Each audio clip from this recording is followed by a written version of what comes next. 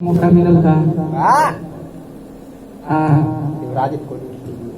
देवराज भैया के स्टूडियो में आयल भैया हमने के प्रधानपुर से चल कर पैदल आयल भैया घोड़े घोड़े बारिश में भीज के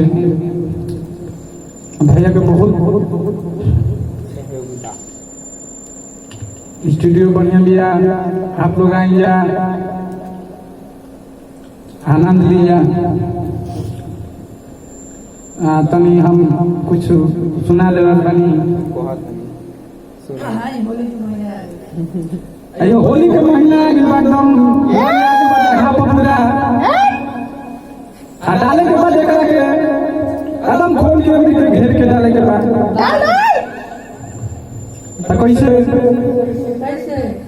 लेकिन होली ना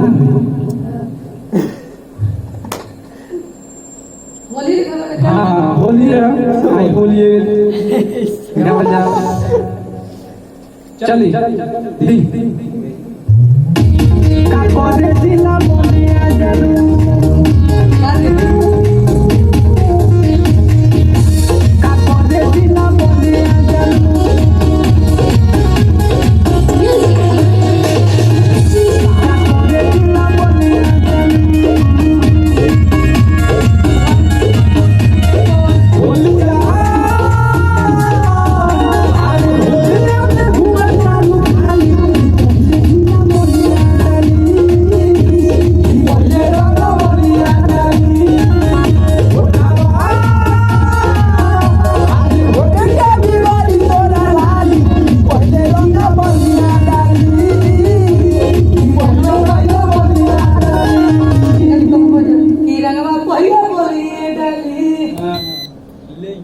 ले